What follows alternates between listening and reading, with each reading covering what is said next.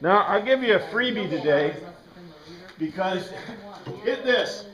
So last night when I was asleep, I dreamed about I dreamed about the gospel today, and guess what gospel I dreamed that we would hear? The lamps. The lamps. And while I was dreaming, I don't know, maybe I think about these things too much while I was dreaming about this, and I was thinking about the cultural ramifications. So I'll give you a freebie, a quick freebie.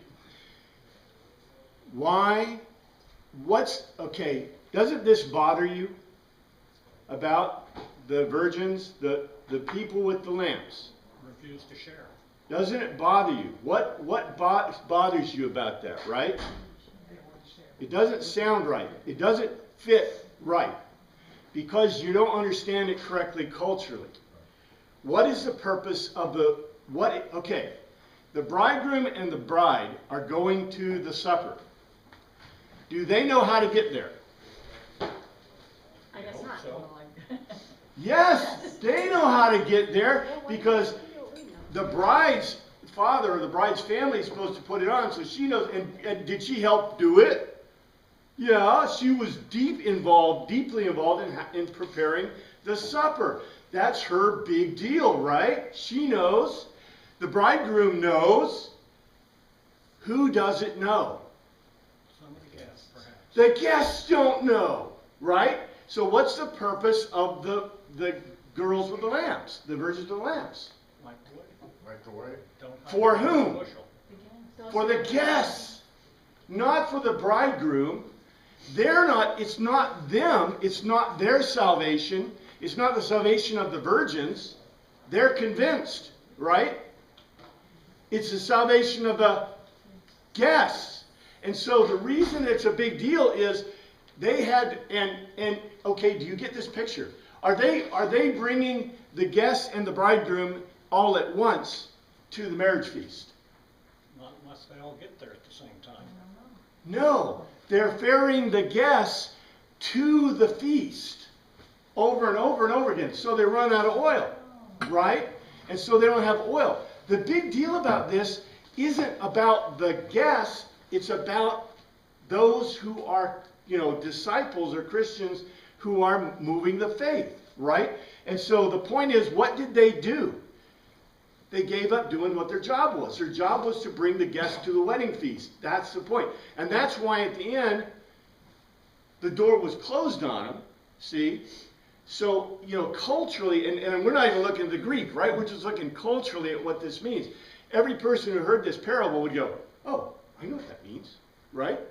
But to us, it's, I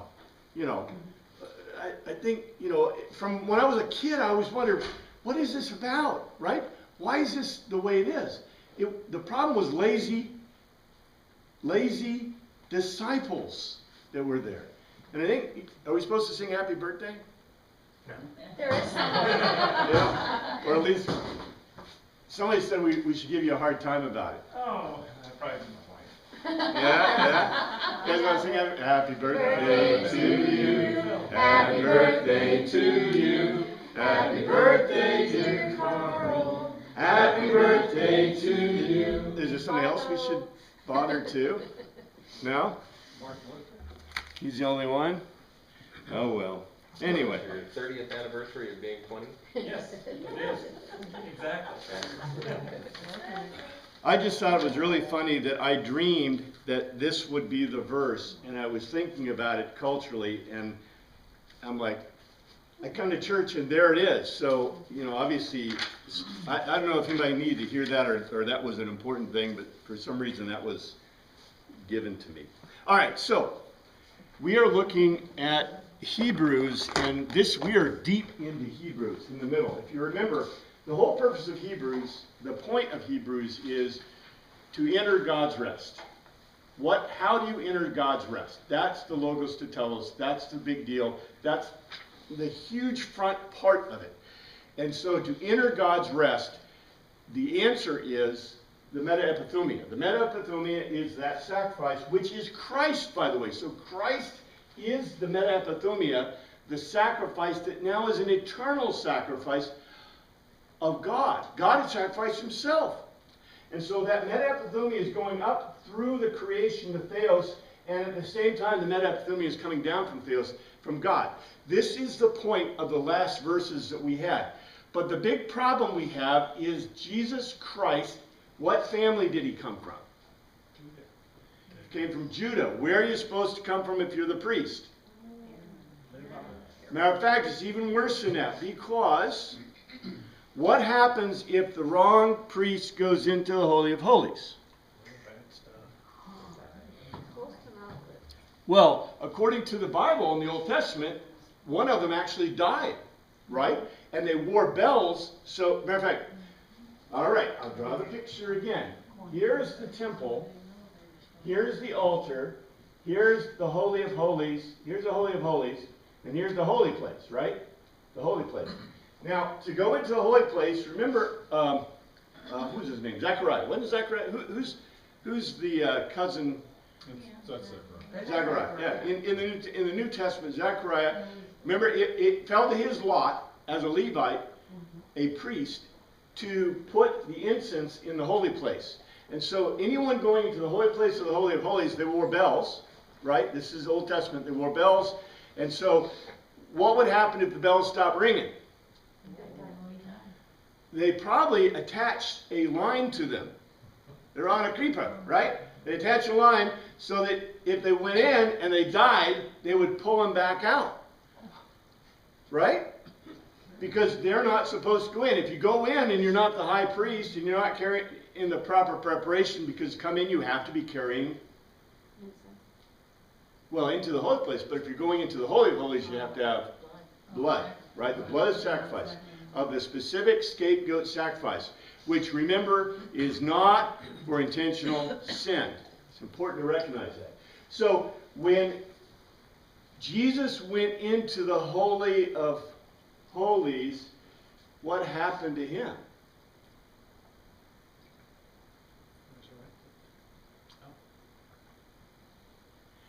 The high priest, if you're not the correct high priest in the Aaronic priesthood, and you go into the Holy of Holies, what's supposed to happen?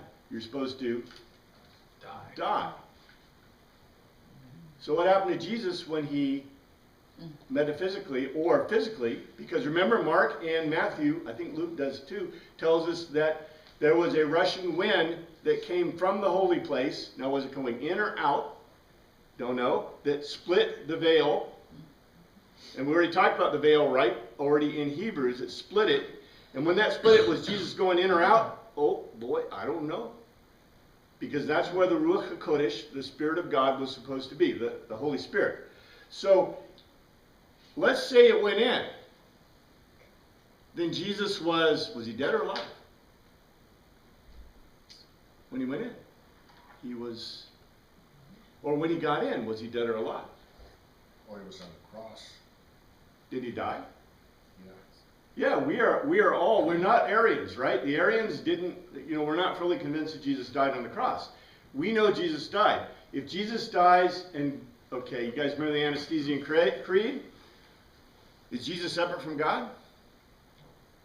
He's the same, right? So if Jesus died and he's God, then what happened to God? God died. So therefore, Jesus in the holy place was dead. And he brought the blood. This is an important thing that every one of the people hearing this would have known if they knew anything about Jewish thought, right? Because if you are not, was Jesus of the Aaronic priesthood? He was from Judah. So therefore, if he is not the Aaronic priesthood and he went into the Holy of Holies, he is supposed to die. Guess why he could go in? He's already dead. He's already dead. Exactly. That's what gave him both the right and the ability to go in. So the next thing we hear is about, well, let's get there. Here's the words of the day. E-I-R-E-N-E-S. Irenaeus. How do you pronounce that? I can't pronounce it. Arena. Irenaeus. This is I told you, I always give the declensions directly from it. But this is arena. This is what we define as peace. but I gave you the word, I gave you the Strong's definition here. Literally, it comes from the word to join. To join. And that's kind of interesting, don't you think? That the word that is translated peace. Now the word shalom. Hey, Lionel, can you change markers? That one's just. Yeah, it's kind of dead, isn't it? Let's see. Can you put it back in? Throw it Well- away. Throw it away. They recover. They do recover. Yeah, they recover a little bit. Here, this is, ooh, that's better. Fully recovered. Okay. I've been resting for a while. This is a word that we translate as peace. Yeah, it was dead. Jesus Christ was, yeah, now he's alive. Peace. But this is a word that comes from shalom. And you remember, I didn't give you the stuff for shalom, but anybody remember generally what shalom means? Well-being and balance, there's lots of things.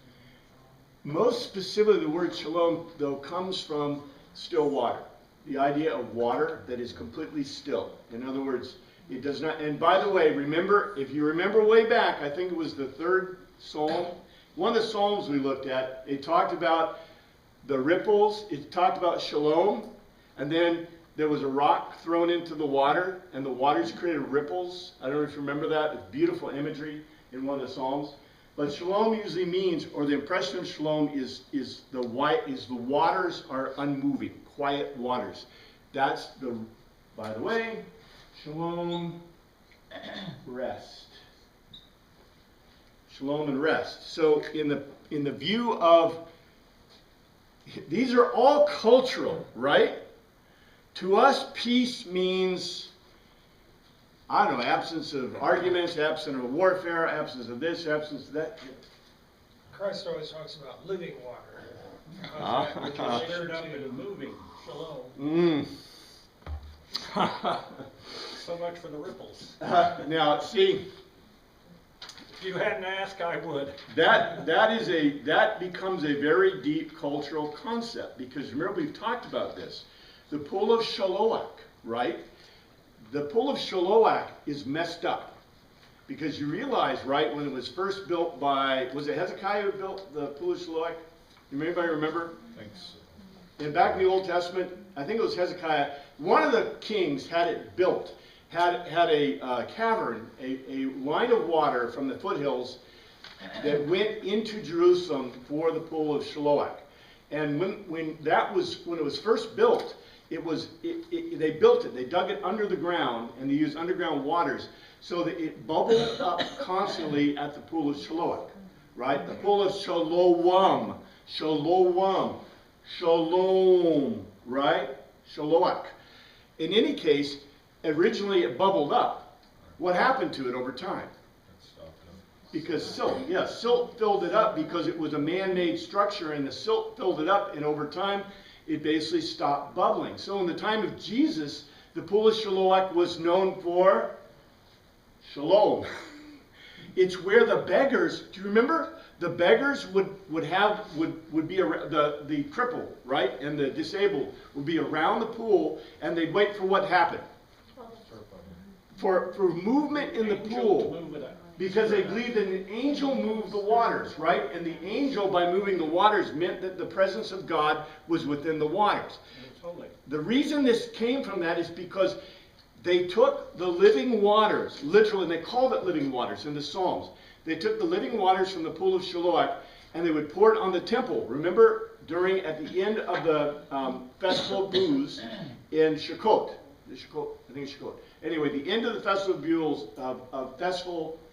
of Booths, that's where they live outside for 7 days, I believe. I have to look way back in my notes. Anyway, and then the final day is, it's the Day of Atonement. The final day is the Day of Atonement. And on the Day of Atonement, that's when you carry the different ferns, the different branches to the temple, and you present those branches at the temple. And at that time, they're taking the water from the pool of Shiloah, And originally it was living water, right? Now it's still water, but they take it up because this is the cleansing of the temple during the Day of Atonement. And remember I told you that there was one priest that missed it and they tore him apart, according to Josephus. But in any case, the big deal here is that shalom, and so you say, what about moving water? What do you think Jesus was more interested in? Shalom as in unmoving water or the living water? Living water. Which means you don't have peace or rest, right? Exactly. Now, that's cultural. And so there's really deep cultural associations within the word. This word is cultural with very deep associations. However, it is not the primary focus of the Greeks. What's the primary focus of the Greeks? It is, I'm not going to disagree with that, but I'm talking about within the context of this. Remember, there were three things. There are three things that we said. The Romans, this is a clue to Romans, the Romans. There's a clue to the Greeks. And there's a clue in Paul's writing when he's writing to the Jews. We see it in all the New Testament. Because the Romans were big time into Was it doxa? glory, doxa. Yeah, doxa, glory. They were into glory. The Greeks were into charis. Yes. Charis. Which is grace, right? Grace. As a matter of fact, we are into charis, but we got a problem because we don't interpret it nearly the way they do at all. The Jews are into shalom or arena, peace. However, the Greek word for peace means to join. To join. This gets really interesting. So, okay, look at the Greek world. What's the Greek world? City-states. What's that? City-states. City-states that are Independent. and not joined. So the reason you have peace in the Greek worldview is when you are Allied. in alliance. Yes, you're happy with each other because the Greeks were a completely unallied independent city-state. They're big-time independent. They're like football teams, you know, and not NFL football teams, you know, real football teams. So they are like independent groups, and when they ally together to fight or for any other reason to join. There's also another context within this too that I think is very important for us to note, and that is the joining of what's the word in Hebrew? The word that means to become one in Hebrew is it's right in the tip of my tongue. It's the same as the Shema. The Shema for God is one. That's the same word that's used when it says that a man and woman are married and become one in the Shema. So very interesting, the idea of joining, for example, in an alliance or marriage or whatever, is the Greek purview for peace. Very deep kind of stuff. So this word, E-R-M-E-U-O-M-E-N-O-S.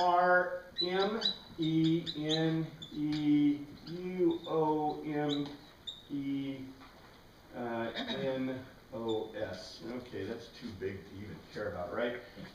This is a H-E sound. H-E-R-M-E-N-E. Hermes. Hermes. Guys, remember who Hermes is? All right, this word is a really complex word, but it comes from Hermes. This is one of those kind of words that where you have a complete and 100% cultural association that is being used within the context of a word. Now, very interestingly, we have this word, and remember we talked about dikasune, right? Dikasune, which you mentioned, right? Dikasune is the big deal for the Greeks in terms of who they are, right? Everyone wants to be dikasune. But we talked about dikasune.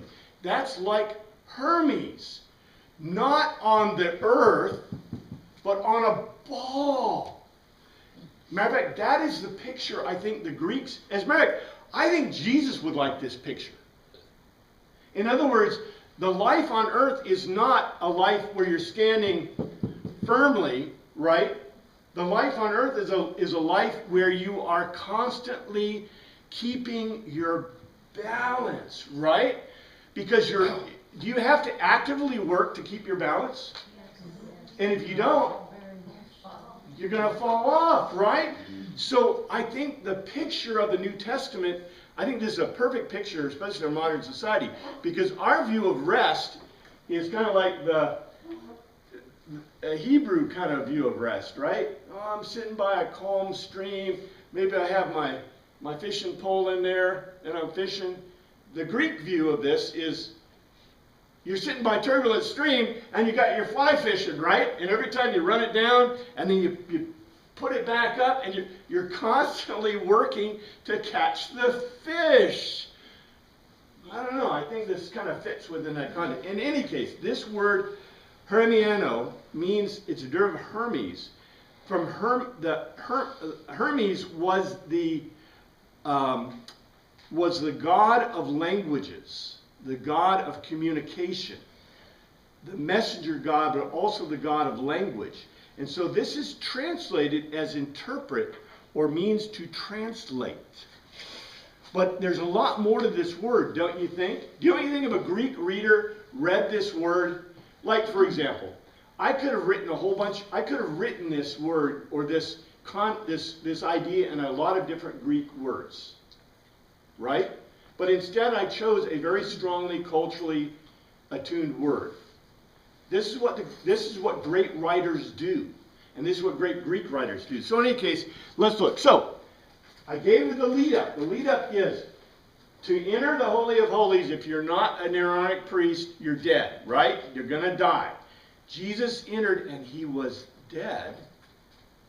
And then he was resurrected. And this is what we get. So in 19 we had, I'll quickly read 19. This is the translation I gave you last time. We have it as an anchor of the mind, not fail, and a foundation. It comes from the interior of the holy place, the most holy. The term used for the inner curtain all through the New Testament. In 20, here's 20 in the King James. Whether the forerunner is for us entered, even Jesus made it high priest forever after the order of Melchizedek. Here's what it says in the translation. Here's what it says in the Greek.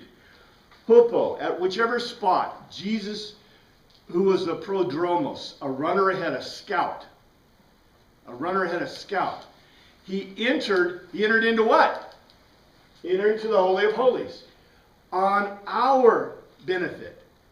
Even Jesus, caused to become a high priest for the age, after the taxes, the regular arrangement of Melchizedek. So in other words, Jesus Christ, this is a really important kind of idea. Now, to us we say, I don't know how you want to approach this. To me, I think this is a beautiful concept, but it's a very historically based kind of idea, right? This is something that if you shared it with your agnostic or atheistic neighbors, they'd laugh at you, right? Because number one, it's hugely historically cultural.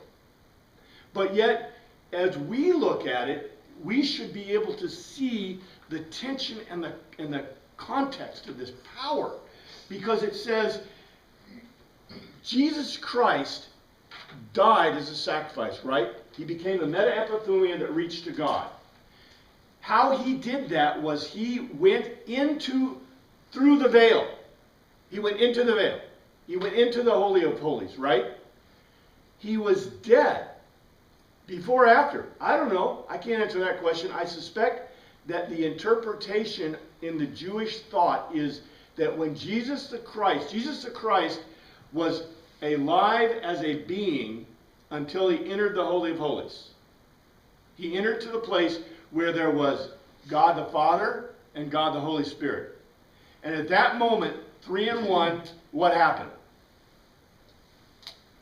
Annihilation of God, the Godhead. God died for one split moment. And yet Jesus Christ was resurrected in one split moment. Him? If God was dead.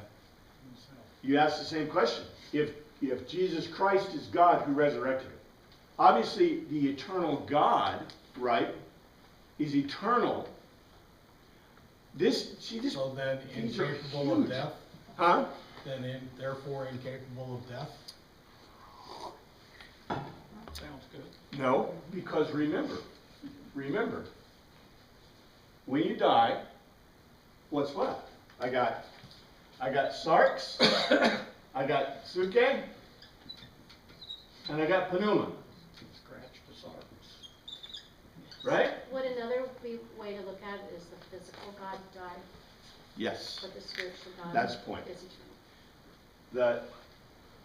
This is a really complex concept. But you know what? What has perverted our viewpoint of this concept? What is totally messing up our view of this concept? We started as Greek thinkers. What happened to mess us up? Modern medicine.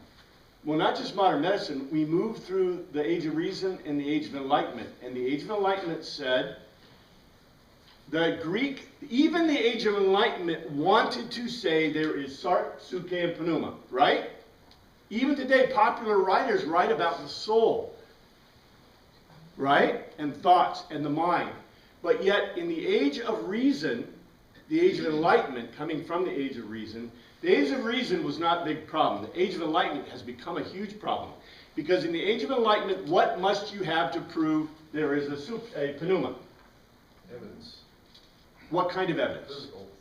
Scientific. Scientific. Yeah, I'll go with physical, but scientific evidence, I got to weigh the soul, right? Suke, we kind of, we haven't gotten to the point where we say, oh, there is no suke, but you know what? They're going that way, right? What are they trying to say? That all thoughts are just chemical reactions, right? And likewise the sarx. So if you go down the path of the Enlightenment too far, what do you have? Scratch everything but we're just nothing. All Yeah. we have is sarx. We're just nothing, which is really an interesting idea because no one in the past would agree with that, and God wouldn't agree with that, right? So you end up like, what's that lady, the McLean lady that was screaming, there is no God, and somebody made a cartoon, and God said, well, there's none of you either, so sayonara, right? Anyway, the big deal here is that we would never have debated this, a few years, not even 100, 200 years ago, right? But it has become an issue of debate simply because of the idea that you cannot prove pneuma. And yet, almost every human being has a realization of their existence or their soul, is embodied. But of course, that's just chemical, right? So, in any case, the idea that how did God die? And I think the beautiful relation to this is that we know that it says that Jesus Christ, okay? Jesus Christ, we said it today in the Creed. He did what? He died and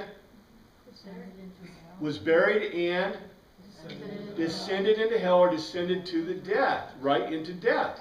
And so, the Greeks, the Romans, that was all written in Latin. So the Romans were into this figurative view, right? The Greeks were not into so much figurative view, but in their viewpoint, Christ or God would have descended into Hades, into the realm of the dead. And what would he do in the realm of the dead in a Greek worldview? Trash talk. Trash talk old Pluto, right? He would have torn old Pluto from piece to piece, and the female goddess that I always get wrong, not Demeter, Demeter, and her daughter, right? Her daughter, Persephone, remember? What happens when I bring Persephone back to the surface? Spring. Forever, right? Do you see this? This is beautiful imagery. Look, for example, we stole Easter, Hestia. Hestia's festival is Easter. That's where the word comes from. Why did we steal that? Because Jesus went to hell. He was dead, right? No kidding, dead. And he went to hell, and he released the souls from bondage in hell. The Greeks understood this. And when he came back, he brought with him Persephone and spring. Isn't it beautiful that we have Easter at springtime? Right? It's also pretty amazing that Jesus was born at springtime too, but we fixed that so we would have a little bit better church calendar. But that's okay, because it all fits together. It's really cool. But in any case, to get into that, it says, look, he was the forerunner. Now, what does that imply? He was the scout going into the Holy of Holies. Others There are are more followers. people going into And who do you think those others would be? the Yeah. Especially since, I told you before, we'll look at Melchizedek, but Melchizedek is very interesting. Because was he Jewish? Melchizedek was a Gentile. Yeah. So, I presented to you, not I, the writer of Hebrews, the writers of Hebrews has presented to you a logical, this is their logos to tell us. Okay? They're telling you that Jesus became the sacrifice who was the metapithumia reaching to God, from God to man.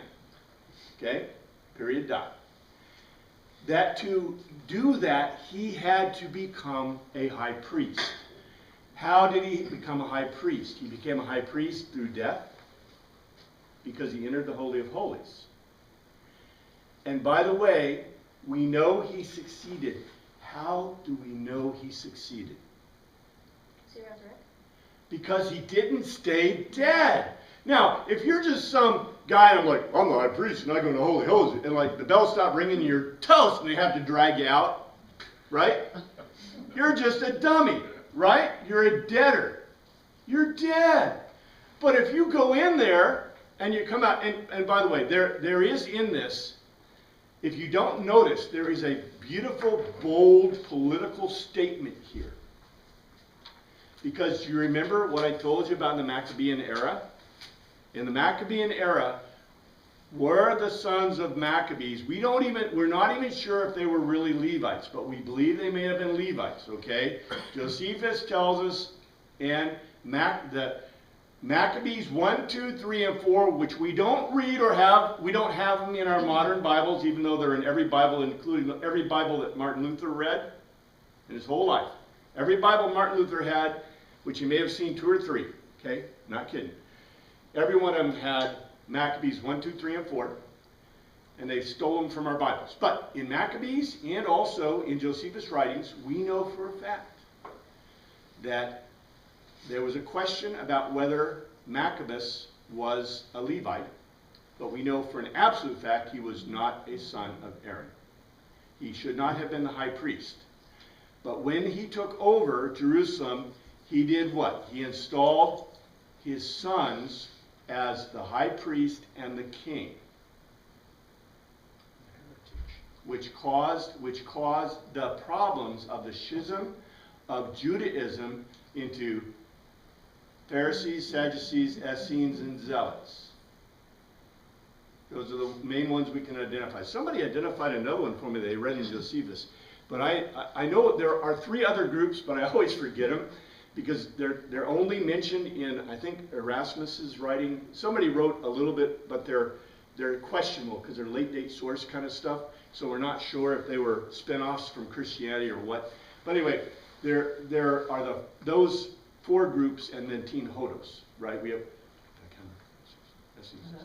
and Teen Hodos, yeah. So there's the 5, including Teen Hodos, but there's supposed to be a couple of others that are mentioned in other things, but they're not New Testament, they're not apocryphal, and they're not very well known. So anyway, in any case, the forerunner. Let's go to, let's see, I think I have in here 21. Where's 21? Is there a 21? Chapter 7. Chapter 7. Chapter 7, verse 1. Okay. Here's the King James. For this Melchizedek, king of Salem, priest of the Most High God, who met Abraham returning from the slaughter of the kings and blessed him. Here's what it says in the Greek. This Melchizedek was king of Salem and priest of God Most High, literally Hupsistos, the highest in elevation. Now this is important. The highest in elevation because remember the Greeks believed that their gods were, Olympus. well, not just on Mount Olympus, but remember the Oranos? So the Oranos, the gods were equated with the things in the sky, like stars and like planets, and yes, you're right, Mount Olympus too. But take all that into consideration. So the Greek worldview, and a popular worldview, and I don't think you know, if you go back and look at Socrates, Socrates was of the same mind. Why were they all of the same mind? Because they didn't know, okay, we know, right? We know that we live on a planet, and we have a sun, and we have a moon, and there are other planets. But if you are simply an observer, right, and you're on planet Earth, and you don't have this knowledge, what are you to assume? What's the sun? What's the moon? What's, right? What you're taught. What's that? What you're taught is what you assume. What you're taught, and also what you conclude, right? You conclude, well, I can see a man in the moon. Some people see a mouse in the moon, right? The Japanese people see a little mouse in the moon. Some people see a man in the moon, right? So obviously that's a god looking down on you, right? Or how am I going to figure out that the sun does its thing? Well, the Greeks had the myth of Apollo, right? All the cultures had their myths, except the Hebrew culture. In the Hebrew culture, the things that were in the sky were created by the God. Anyway, this gets really deep. So, highest in elevation, he met, literally, sunatano, together opposite, Abraham returning, hupistero, to turn under, literally, from coming from behind, from the defeat, literally the cutting, the carnage of the kings, of the basilis, and eulego. This is that easy word, right?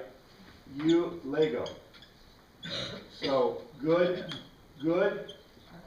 logic or argument. Yeah, argument. You gave him a good argument. That one may recover. Another resurrection. The resurrected, you just dip it in something, right? I think if you dip it into acetone, it'll get better. Or maybe not acetone, that'd be bad, right? This is a translation I'll give you. Melchizedek, king of Salem and priest of the highest God, came together opposite Abraham, turning under the cutting, the carnage of the sovereigns, and gave him a good argument. What do you think the good argument was? And why would he need to give him a good argument? Keep that in your mind. Let's look at Genesis 14. Let's see. I guess I should read the whole thing. At this time, Amphral, king of Shinar, Anarak, all these kings, right? They went to war against Bera, king of Sodom, king of Gomorrah, king of whatever, and all the latter kings joined forces in the valley of Shittim, the Salt Sea. For 12 years they had been subject to this guy, but in the 13th year they rebelled. In the 14th year, Chedorlaomer and the kings allied with him went out and defeated the Raphaites, and Ham, etc., the Horites, etc., etc. Then they turned back and went to En Mishpat, that is Kedesh, and they conquered the whole territory of the Amalekites. Let's just go on. King of Sodom and King of Gomorrah, against this guy. Now the king, Valley of Siddim, 4 kings seized all the goods in Sodom and Gomorrah. They carried off Abram's nephew Lot and his possessions. So the 4 kings seized all the goods of Sodom and Gomorrah and all their food, and they went away. They also carried off Abram's nephew Lot and his possessions, since he was living in Sodom. One who had escaped came and reported this to Abram the Hebrew. Now Abram was living near the great trees of whatever, the Amorite, a brother of Eshcol. They were allied with Abram. When Abram heard that his relative had been taken captive, he called out 118 trained men born in the household and went in pursuit as far as Dan. During the night, Abram divided his men to attack them, and he routed them, pursuing them as far as Hobah, north of Damascus. He recovered all the goods and brought back his relative Lot and his possessions together with the women and the other people. After Abram returned from defeating Kedorlaomer and the kings allied with him, the king of Sodom came out to meet him in the valley of Shavah, that is the king's valley. Then Melchizedek, king of Salem, brought out bread and wine. He was priest of God Most High, and he blessed Abram, saying, Blessed be Abram by God Most High, creator of heaven and earth. And blessed be God Most High, who delivered your enemies into your hand. That is Eulego. That is Eulego. That is the good argument. The king of Sodom said to Abraham, Give me the people and keep the goods for yourself. But Abram said to the king of Sodom, I have raised my hand to the Lord God Most High, creator of heaven and earth, and have taken an oath that I will accept nothing belonging to you, not even a thread of the thong of a sandal, so that you will never be able to say, I made Abram rich. I will accept nothing but what my men have eaten, and the share that belongs to the men who went with me, the Anar, Eshcol, and Mamre. Let them have their share. So, let's see, did we finish? I don't know if we finished with one. Yep, that's Eulego. Okay, that's from the Old Testament. That's the history from the Old Testament. Okay, so in Hebrews 7:2, to whom also Abraham gave a 10th part of all, first being by interpretation king of righteousness, and after that also king of Salem, which is a king of peace. In the Greek, this says, and Abraham Merizo parted, apportioned or shared with him a decate, a tenth of everything, off pas, everything. Proton, firstly, his name means Hermeneuo. Hermeneuo. Hermeneuo. Culturally, in Greek, Hermeneuo means understood like a god. Understood like a god. King Basileus, sovereign of Dikeosune, equity. Then, literally, it's not then, it's but, de epita, thereafter, Kai, and Basileus of Salem means, it literally, okay, the word is ho-imi. Ho-imi is Basileus of peace. And the reason I wanted you to remember ho-imi, remember imo eki? Echo-imi. Echo-imi. Let's see, echo, I'm probably spelling it wrong, but it's echo-imi. Echo-imi means I am. I am. The word used here is ho-imi. Ho-imi. Ho-imi means, ho-imi literally means who is within the context of an echo-imi statement. In other words, it's a direct declarative statement of the first person in the narrative. It is a direct declarative statement that, okay, who is, right? Who is? It's not a question. It's not a question. It is ho-imi. In other words, it's a statement. It is an analog of the statement of the, if I were to say, imo eki, echo-imi, I am, right? If I were talking about the other person, I would say, ho-imi. In other words, this is a direct declarative statement. Who is the king, literally, of arena, of peace? And in the Greek, that means the king of joining, the king of alliance. What are we joining?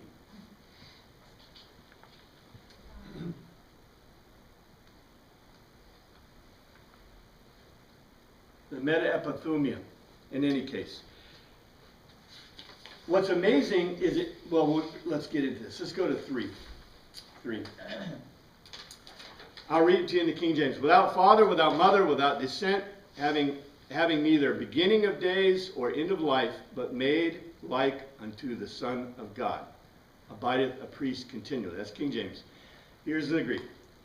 Without father, a pator, no father, right? A pator, very easy. Or mother, a metor, motherless, fatherless, motherless. Without genealogy, a genealogitos, without a logical genealogy. This is important because he obviously had a mother, right? He obviously had a father. Why does it say without a logical genealogy? He had a genealogy, right? It's unknown, yes, but it's not written down, and not a stated, right? Not a logos. It's not a stated genealogy, without a genealogy. Echo, to hold without, not to, meta, not to, arche, a commencement, a beginning, arche, not a commencement, of mete, or a telos of zoe, of life. But, but, a phomeo, off to assimilate, the huios of God. He stays a priest forever. Literally, the word is eis denekes, carried through, carried on forever. A priest carried on forever. All right. Put on your thinking caps. How is the only way that this person could be a priest carried on forever? There's only two ways. Sorry. Either they are, someone said it, God, they're a God, they are a God, right? Okay? This is important because, I know how we think, right? We want to think there's God, and there's Jesus the Messiah, and there's the Holy Spirit. Now, we know that's not the way God thinks, right? Because God, there's Father, Son, and Holy Spirit, and it's all one. They're not really separate things, right? But we want to separate them because that makes it easier for our brains, right? We also don't want to talk about gods. But what was the whole world about? You know, the good thing that I won't say came out of the age of enlightenment, but it came out of the age of reason. From the age of reason, okay, even the atheists and agnostics today generally don't believe in gods. Their animosity is developed toward one God, right? All the other gods are okay, but it's that one God. Even the Hindus that are supposed to be, can you get this? Okay, so the Hindus have thousands of gods, right? And even Jesus is one of their gods. But what are they doing? They're persecuting Christians for having a strange God. Okay, you know, this sounds so, strange, in the world of whatever. So, isn't it funny that are agnostics attacking Islam? Or how about Hinduism or Buddhism? No, but they always attack Christianity. Yeah, I've never seen a billboard that said something about agnostics or atheists against Islam or against any other religion or Hindu, but it's always against Christianity or Judaism. You don't talk about anti-Persianism, anti-Europeanism, well, maybe, anti-Britishism, we always have anti-Americanism, but that's an inter-party issue, right? But we hear about, an NFL issue too, but, you hear about anti-Semitic. Anti-Semitic seems to be a constant refrain, right, in anti-Christian. We didn't have so much anti-Christian until the world became more and more, agnostic. Wow. Very interesting. Well, if the Hindu gods don't exist, why waste your time attacking them because they don't exist? You're right.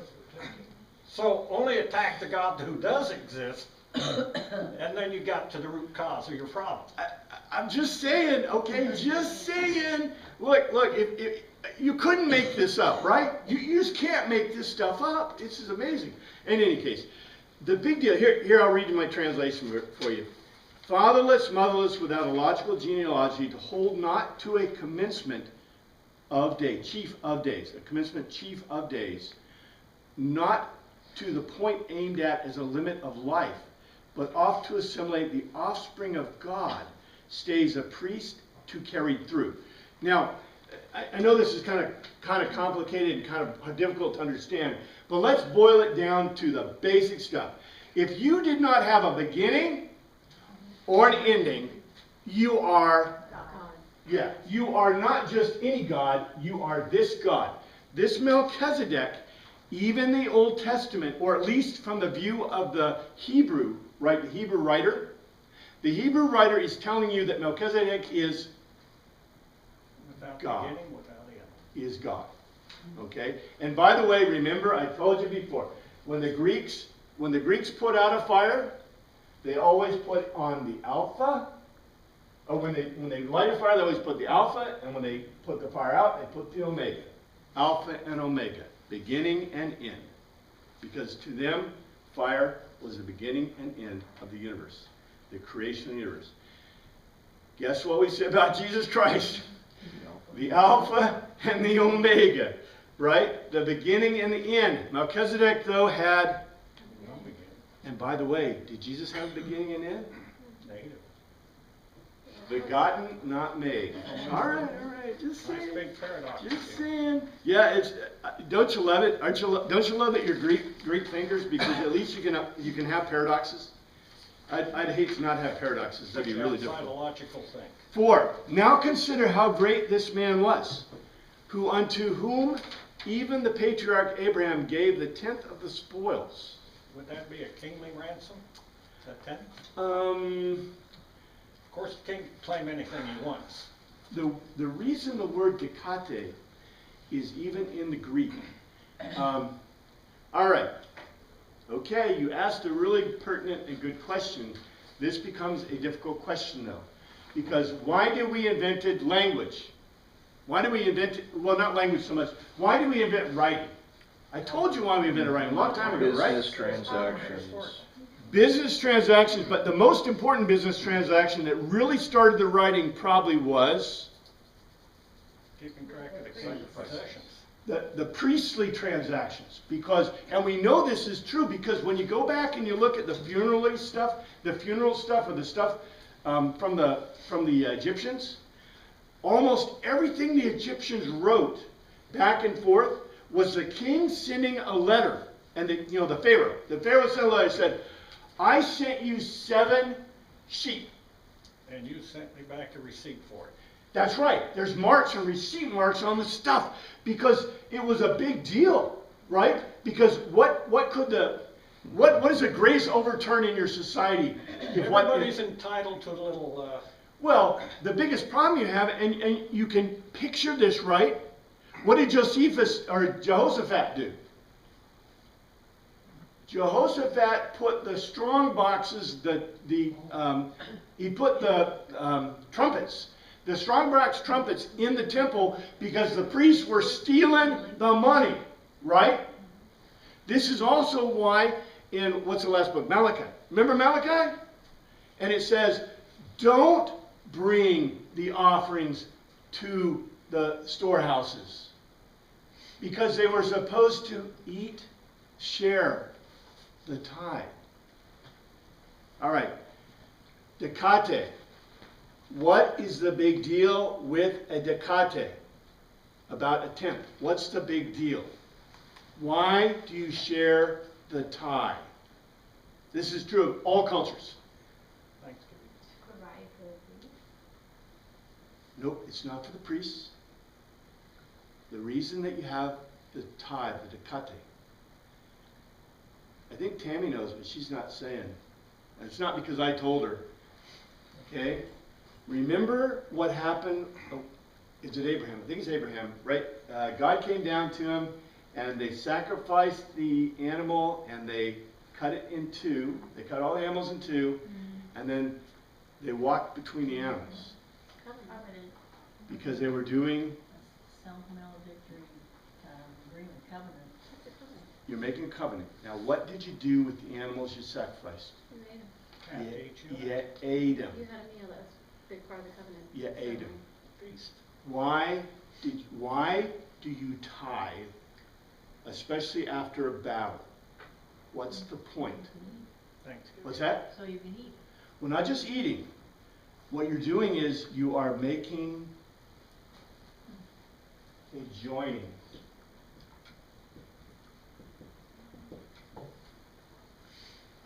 You're making a covenant. So after you kill, okay, you have a big battle, right? You have a big battle. Who is a tithe supposed to go to? Soldiers? The winners. The winners. The guys who win, right? The winners. So whoever is in my battle train, I'm going to tithe them, right? I'm going to tithe. We're going to take all of our tithe, because what we did is we went out and, remember, this culture is a plunder culture. It's there are plunder cultures, right? That's their pay. So that's their pay. That's right. So they get to keep 90%, right? But they take the 10% and they put it together. And guess what they did? They sacrificed it. They put it in lines. Everyone walked through it. They did a slap happy just like you do after a game, right? We agree. You know, you we shake agree hands. it's equally divided. And then you eat it together. A covenant meal. It creates a covenant. The covenant is the arena, the joining. That's why the Greeks did this. This is what the Greeks knew. That's why they have a word, dekate, which means to tithe the tenth. That's why they have these words. That's why almost every culture in the world has a similar kind of cultural idea. You're not going to find it everywhere, but it's really a very strong Oriental type culture from that time. And Oriental is not a bad word in this case. It's a word meaning a cultural affiliation that you find in the ancient world. These people knew exactly what they were about. They were about making a covenant. Now the big deal is, when you tithe Melchizedek, what did you expect Melchizedek to do?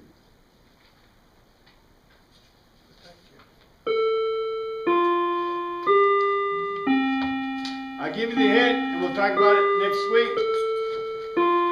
He's a priest. What does a priest do with the tithe? Intercedes on your behalf. He sacrifices it, and you eat it together. That's how you build a covenant. We're talking here about covenants. That's all. Thank you, Father, for your word. I pray you look at this week. Your name we pray.